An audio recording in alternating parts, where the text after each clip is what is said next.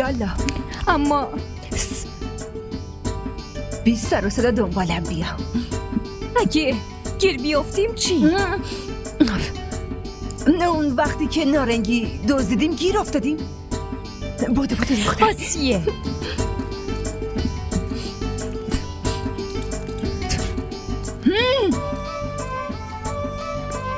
بیا دیگه، حواست به اونجا باشه.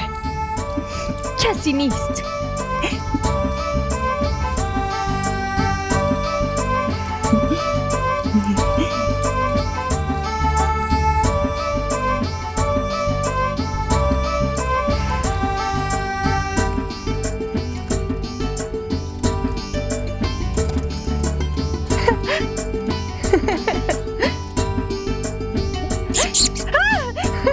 آسیه گیر افتادیم دختر رو. وایسته ببینم دختره یه ور پریده. کجا داری میری؟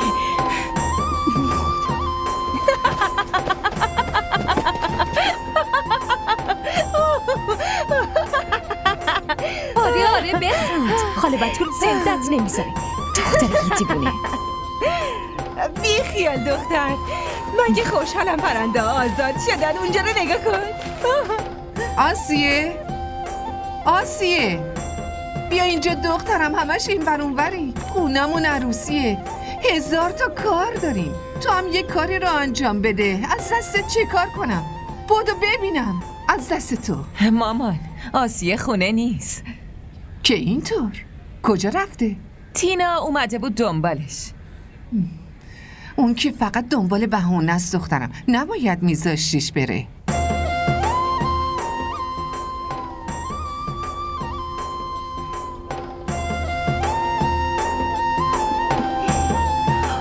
نمیدونم این ور پریده کجا رفته. از دستش چی کار کنم؟ امروز بیاد من میدونم باهاش چی کار کنم. ها؟ توی اتاق زندونیش میکنم. کیو میخوان زندونی کنین توی اتاق ها؟ کجا بودی؟ ما با تینا بودم دیگه. اونو که من میدونم، ولی کجا رفته بودی؟ من بهتون میگم که کجا رفته بود، چی کار کرده این دختر. آره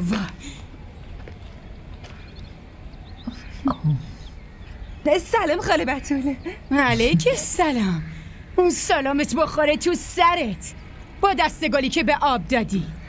چی شده خاله بتول؟ خیلی عصبانی به نظر میای. کار اشتباهی ازش سر زده؟ مامان من هیچ کار اشتباهی نکردم. من فقط از قفس پرنده ها رو آزاد کردم. آره پرنده آزاد کردی. همه ی پرنده های گرون قیمت رو آزاد کرد. من و رحیم بخش همیشه خیلی مراقبشون بودیم. آره ولی مفتی بود، مگه براش پول دادین؟ در ضمن کسایی که پرنده ها رو زندونی میکنن باید تنبیه بشن، نه که بهشون پول بدن. خواهر میبینی با من چه زبون درازی میکنه؟ ادب و احترام که اصلا سرش نمیشه این دختر. ای بابا مگه من چه حرف اشتباهی زدم؟ کافیه آسیه. چرا پرنده های بتول آزاد کردی؟ پرنده های خاله بتول نه مامان، پرنده های خدا جون رفتن دیشه. آره مال خدا بود، پیشش رفت. مگه ما براشون زحمت نکشیدیم؟ ببین نسرین، پرنده های من و این دخترت آزاد کرده. من بدون گرفتن پولش از اینجا جم نمیخورم. آره همینجا میشینم. خاله نگران نباش، من پولشو بهت میدم. چقدر بود ها؟ 2000 روپیه. چرا نمیخوری؟ نمیخوام بخورم. چرا؟ همین که گفتم نمیخورم. خب ولش کن دیگه، من با مامان حرف میزنم. از این به بعد نباید دعوت کنه.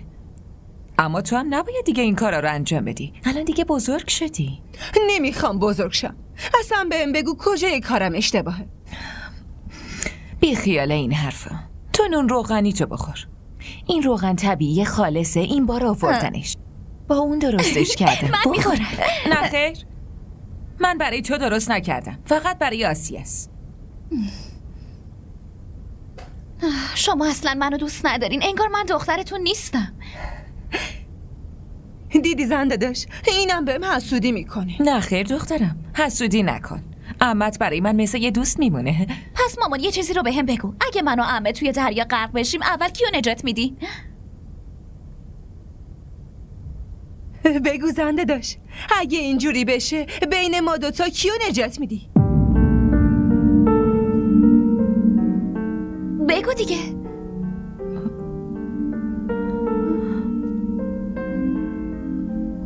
من خودم غرق میشم، اما شما دوچاره نجات میدم.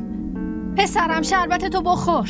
من نمیخورم. چرا مامان تو سر صبحی اذیت میکنی؟ یالا بخور. نمیخوام بخورم.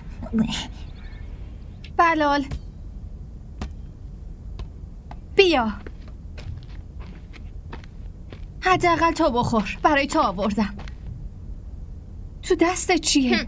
چیزی نیست. چرا قایم میکنی؟ یه چیزی هست، بده ببینم. نه خیر. زود باش.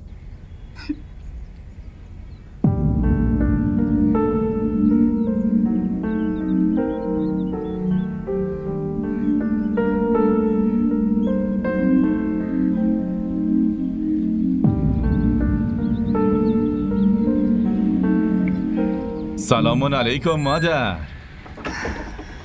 علیک سلام پسرم، خوش اومدی عزیزم، خسته نباشی. همه کارا رو تموم کردی؟ آره مامان، تا ظهر کارم تموم شد و پولشم گرفتم. پس چرا اینقدر دیر کردی پسرم؟ آسیه چند تا چیز سفارش داده بود، واسه خریدنش تا شهر رفتم. پسرم چه نیازی اینقدر به سفارشاتش اهمیت بدی؟ تو که نمیدونی چه خرابکاری به پا کرده. چرا؟ باز اون چیکار کرده؟ هیچ کاری نکرده. مامان بی خیال دیگه. بیا آسیه، بیا. آفرین، بدو. بیا دختر جون، بیا. سلام داداش. علیک سلام. بیا سفارش تو آوردم. ببین چیزی کم و کس نیست. میرم داخل میبینم. مامان ببین این چقدر خوشگله. برو مبارکت باشه دیوونه. بیا فریده، اینا رو برای تو آوردم، ببینشون. من میرم براتون چایی بیارم. بیا مانا. نه خیر، میخوام پیش بابام بشینم. بیا دیگه، ببین برای تو هم لباس نو برده. برای من مامان؟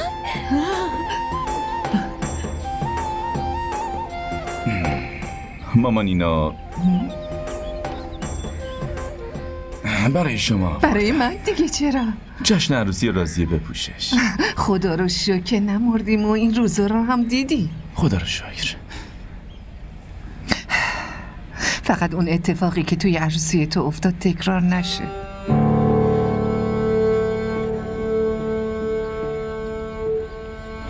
بی خیال دیگه مامان، از اون اتفاق 15 سال میگذره. آره پسرم، راست میگی، اما بازم هزار جور نگرانی میاد سراغم. بی خیال.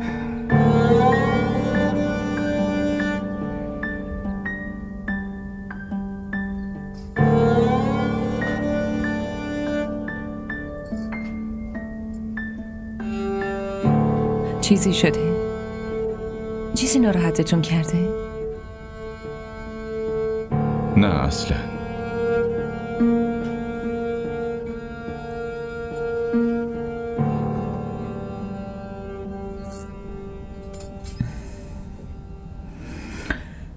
ها 15 ساله که ازدواج کردیم. اینقدر میفهمم که شما کی خوشحال هستین و کی ناراحت. راستش ناراحت نیستم، فقط دارم فکر میکنم. چرا؟ خیر باشه، مگه چی شده؟ امروز اورنگزیب رو توی راه دیدم. چی میگفت؟ همون حرفای قدیمی که دیگه توی زمین چیزی کش نکن.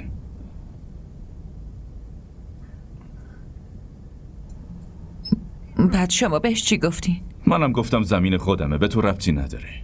خب اون در جواب چی گفت؟ اون که چشمش همیشه به زمین ما بوده. همه سرشون به کار خودشونه، اما اینا همیشه چشمشون به مال بقیه است. مسئله فقط زمین است؟ چیز دیگه ای نیست نه؟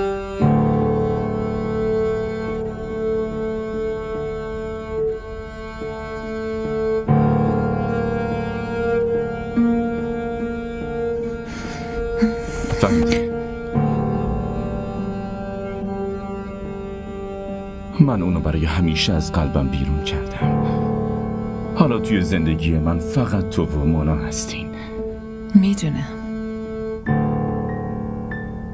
اما بازم نگران میشم. زنم دیگه. نمیتونم اینو فراموش کنم که قبلا یکی دیگم توی قلبتون جا داشته. شاید اورنگزیبم نتونسته اینو فراموشش کنه.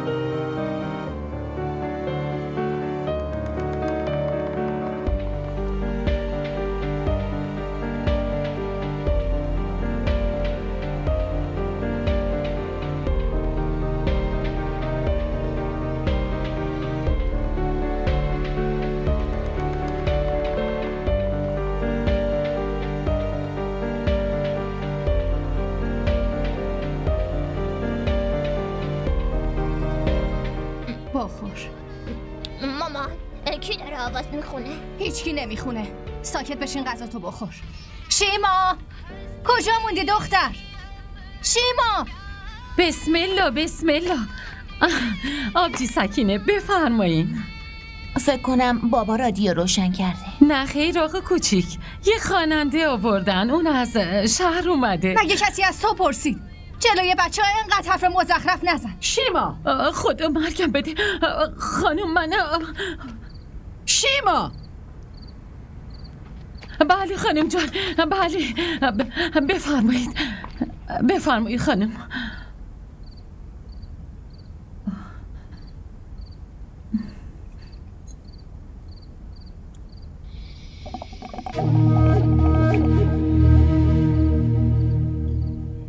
اینو عوض کردی؟ بله خانم جان. بازم عوضش کن. اگه ببینم این دفعه همون قبلی رو برام بیاری، اون وقت من بهت یاد میدم چطور عوضش کنی. فهمیدی؟ چشم خانم.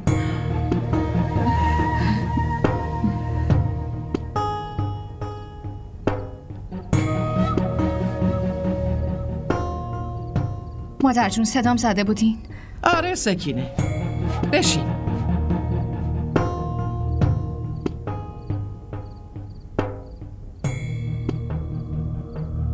خب بگو سکینه، موضوع چیه؟ چرا اینقدر به بچه ها گیر میدی؟ مادر جون میدونین آقا خواننده ها رو خونه دعوت کرده. ممکنه روی بچه ها تأثیر بذاره. هرچی نباشه مردن، بالاخره تأثیر میذاره. تو از خودت حرف بزن. تو چرا اخمات تو همه؟ من چرا اخمام تو هم باشه؟ من که از این خانواده کوچیک اومدم. کجا جرأت دارم؟ مزخرف نگو. من خیلی خوب میدونم که چرا اخمات تو همه. جلوی اورنگزیب یه زن نشسته داره آهنگ میخونه. خب ناراحت میشی نه؟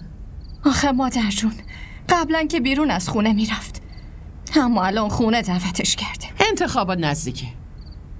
اگه بیرون کسی میدید حرف در می آوردن. واسه همین اینجا دعوت کرده. تو نگران نباش، حق تو پایمال نمیشه. خوشحال باش و اونو هم خوشحال نگه دار.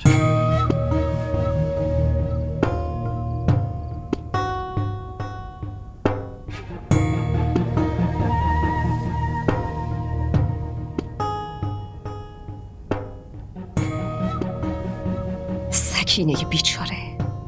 حالا هر چی که باشه خانم، اما آقا بزرگ نباید به خونه دعوتش میکرد.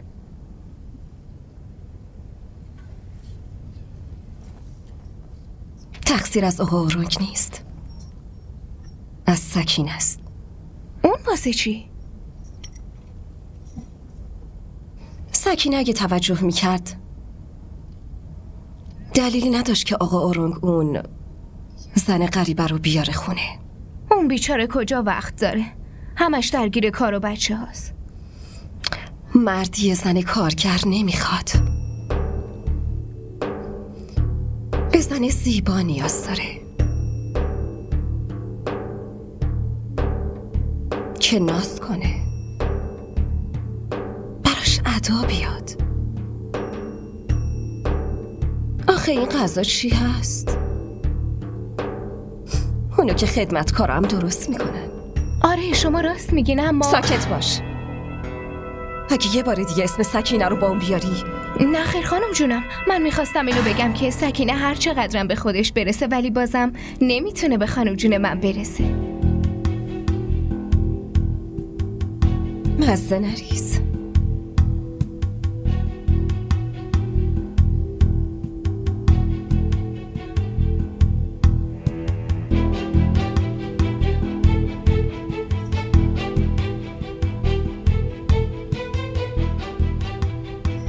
ساعت 6 شده. زود باشم، باید شام میریم. فریده منتظر منه. فریده منتظر شماست یا شما منتظر مبشر خان؟ یالا برو دختر.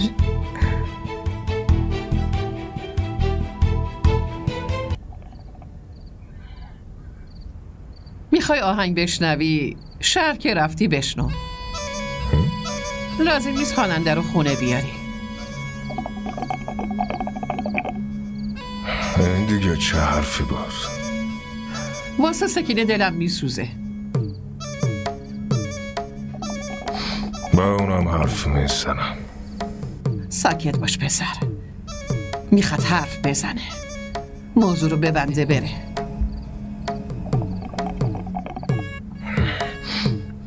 با مباشر چه حرفی زدی؟ کی به شما گفته که باش حرف زدم؟ تو هنوز اونقدر بزرگ نشدی که از مادر چیزی رو پنهون کنی. خدمتکارام جرأت ندارن که از جنت خانم چیزی رو پنهون کنن. باش حرف بزن. اگه قبول نکرد به من بگو تا ببینم چطور زمینا رو نمیده.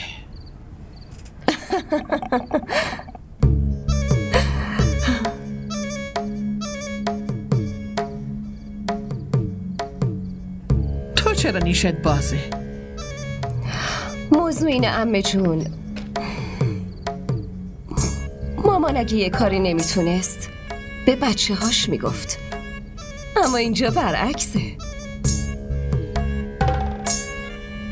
ببین اگه تو نمیتونی حرف بزنی به من بگو، به داداشم سفارش میکنم. از پس این کارا خیلی خوب برمیاد و با علاقه انجامش میده. به مامانش سفارش نمیکنه. عمه من برم؟ آره برو.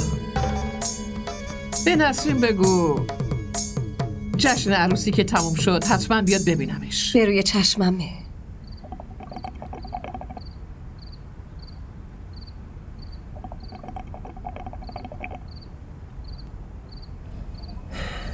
مزخرفات این دختره رو شنیدی؟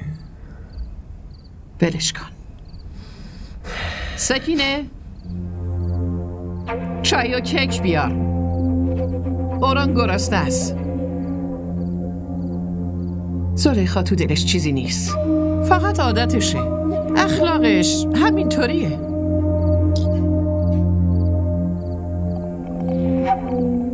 چاییتون آقا.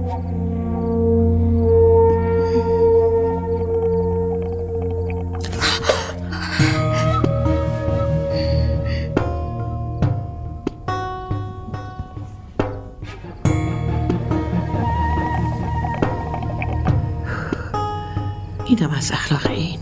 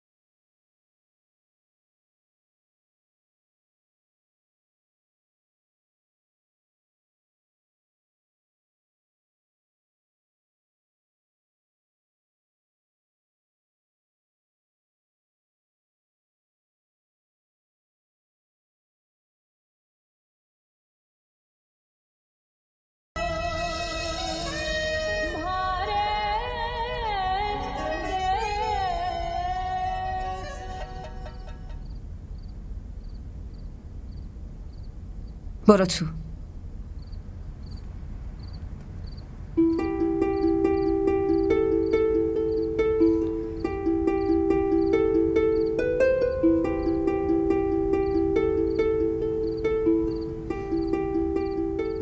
هر چی که بشه به اورنگ زمینو نده. خیلی داره زور میگه. چرا حسابشو کف دستش نمیذاری؟ چه کاری ازت ساخته است؟ تو اون وقتی که نامزده تو ازت گرفتن کاری نکردی، عروسش کردن. اگه میخوای با بزرگا حرف بزنم،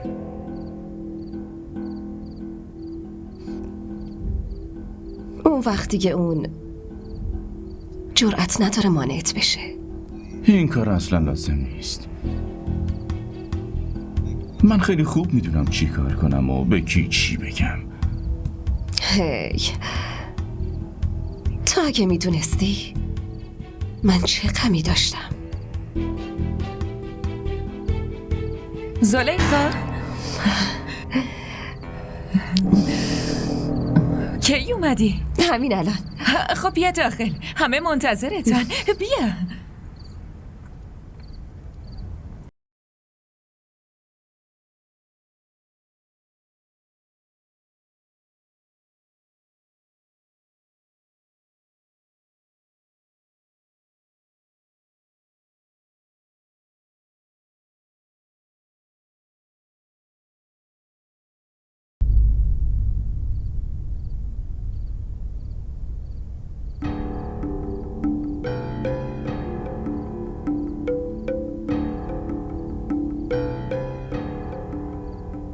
آسیه، معذرت بخوا دخترم. مامان عمدن که نزدم، اشتباهی دستم خورد. خب اشتباه شده آسیه. آفرین، معذرت بخوا. زن داداش، من عمدن نزدمشون، اشتباهی دستم خورد. آسیه، بی خیال خاله جان. آره راست میگه، عمدن که نزده. اما خب بازم اشتباه کرده، باید معذرت خواهی کنه. معذرت بخوا.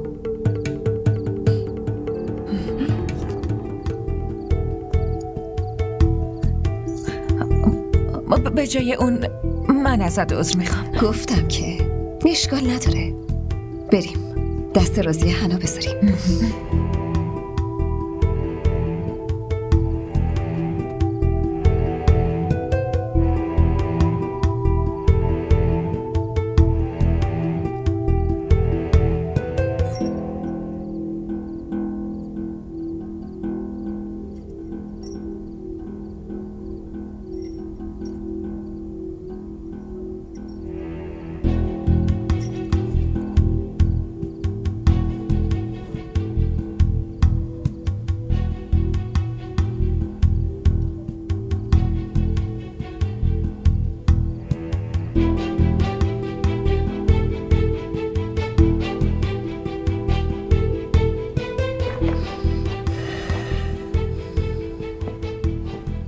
به مامانم چی گفتی؟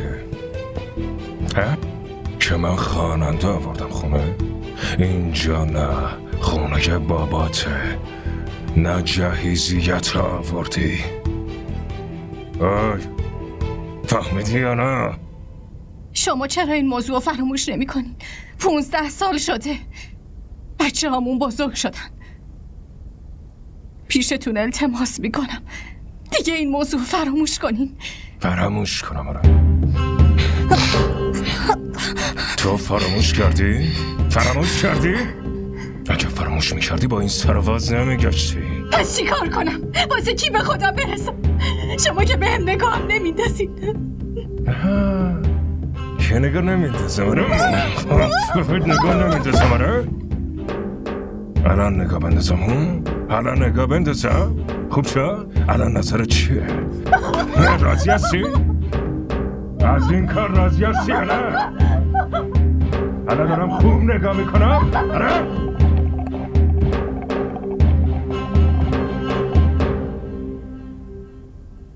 آسیه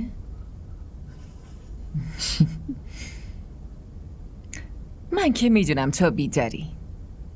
اونجا جشن و شادیه، تو اینجا قهر کردی و دراز کشیدی؟ زلیخا رفت؟ آره رفت.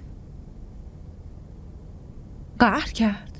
نه خیر، از طرف تو من ازش عذرخواهی کردم. چرا عذرخواهی کردی؟ تقصیر اون بود. باید جلوی پاشو نگاه میکرد. من که داشتم خوشحال واسه خودم میرقصیدم. تقصیر هر کی که باشه اون بزرگتره. خونمون مهمون بود. باید به این موضوع هم فکر میکردیم دیگه، مگه نه؟ بگو. حالا ولش کن دیگه. نمیخوای دست راضیه با حنا نقش بندازی؟ اون میگه اگه آسیه بیاد حنا میذاره.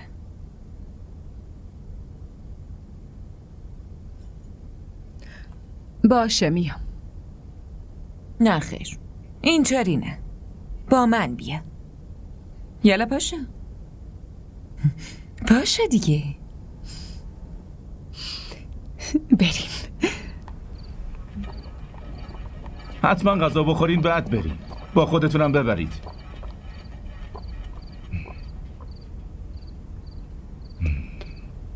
سلام عمو صدیق. علیکم السلام پسرم. خیر باشه عمو، این وقت شب اینجا؟ از امارت برات یه پیغام آوردم. آقا آرانگ شما رو صدا زدن. چرا؟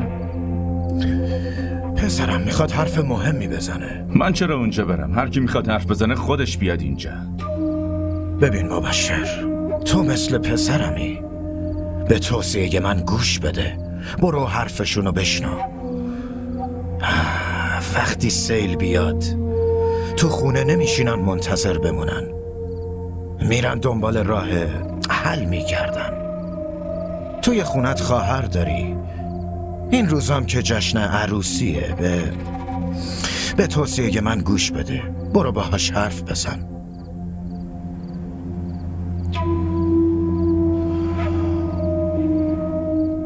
باشم، اگه تو میگی میرم، اما فقط به خاطر خودت. خوبه پسرم، آفرین.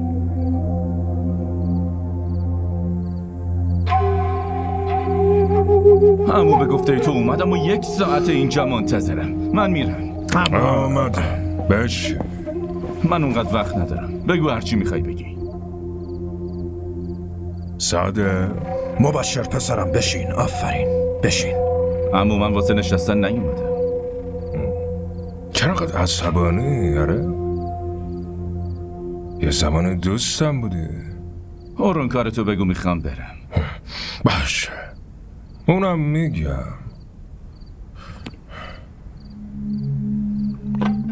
این برگاست برای اون زمینه که قراره به اسممون کنی رفیق. اون زمین از پدر و پدر بزرگام رسیده. من به درآمدمونم هست. منم مفت نمیخوامش. هر رقمی که بگی براش حاضرم بدم. نه خیر اورنگ، زمینو نمیخوام بفروشم. وقت داری فکر کنی. امشب فکر کن. اگه به رضا ندادی به زور خودم میگیرمش. اینطوری میشه. به زور بگیرش ببینم. دوست دارم ببینم کی جرأت این کارو داره.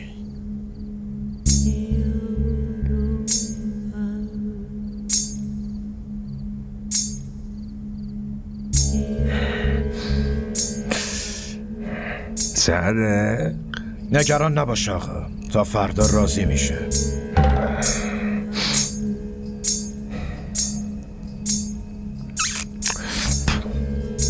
میگن اگه رنگ حنا پر رنگ باشه یعنی شوهرت خیلی دوستت داره. آره واقعا؟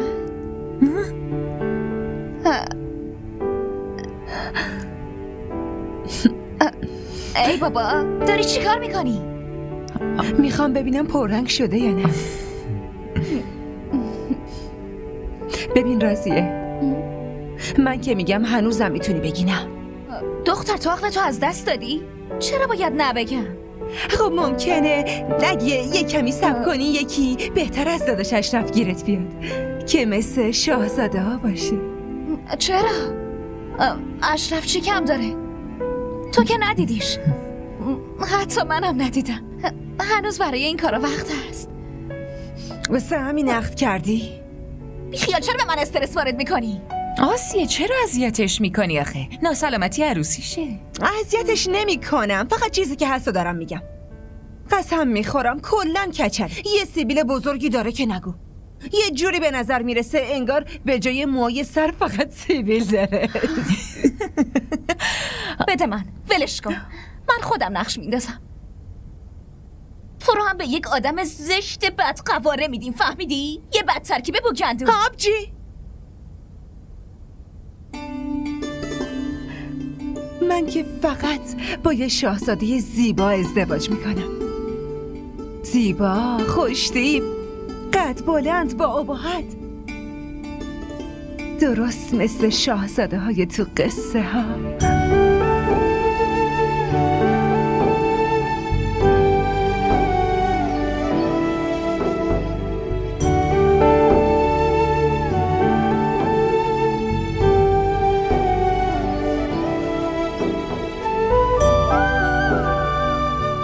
که اینطور خب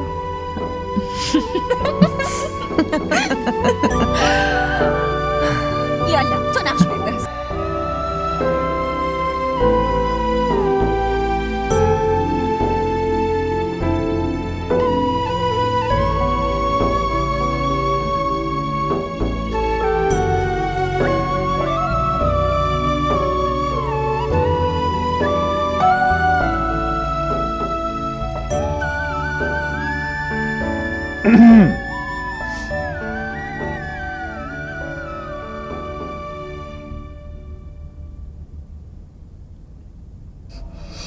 امشب خیلی دیر برگشتی.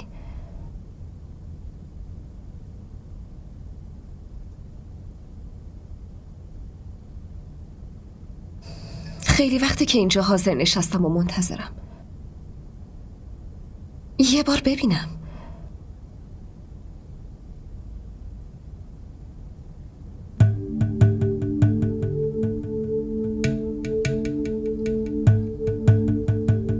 زیبا نشدم. خیلی زیبا شدی. همینقدر تعریف؟ نکنه از زن دیگه خوشت اومده.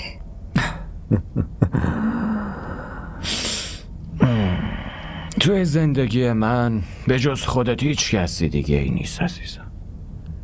من از کجا باید انقدر جرأت پیدا کنم که بتونم کس دیگه ای رو دوست داشته باشم؟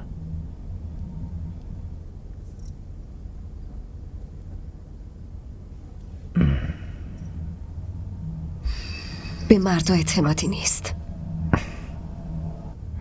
ولی به من میتونی اعتماد کنی عزیز.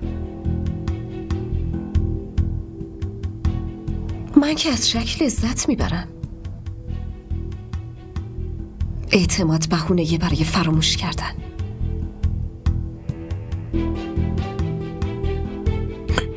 و شک؟ شک همیشه بهت یادآوری میکنه.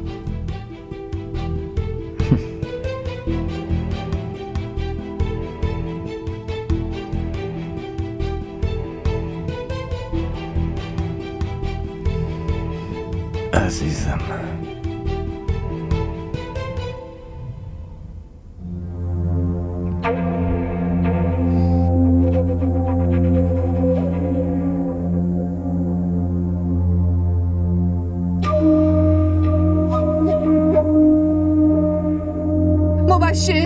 مبشر درو باز کن پسرم، زود بیا. چی شده مامان؟ اصلا اومده بود اینجا، یکی مسئولاتمون آتیش زده. خدا به خیر بگذرونه.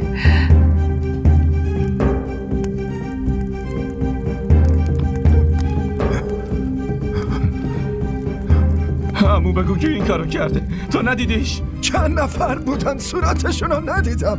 اول منو کتک زدن، بعدش همین آتیش.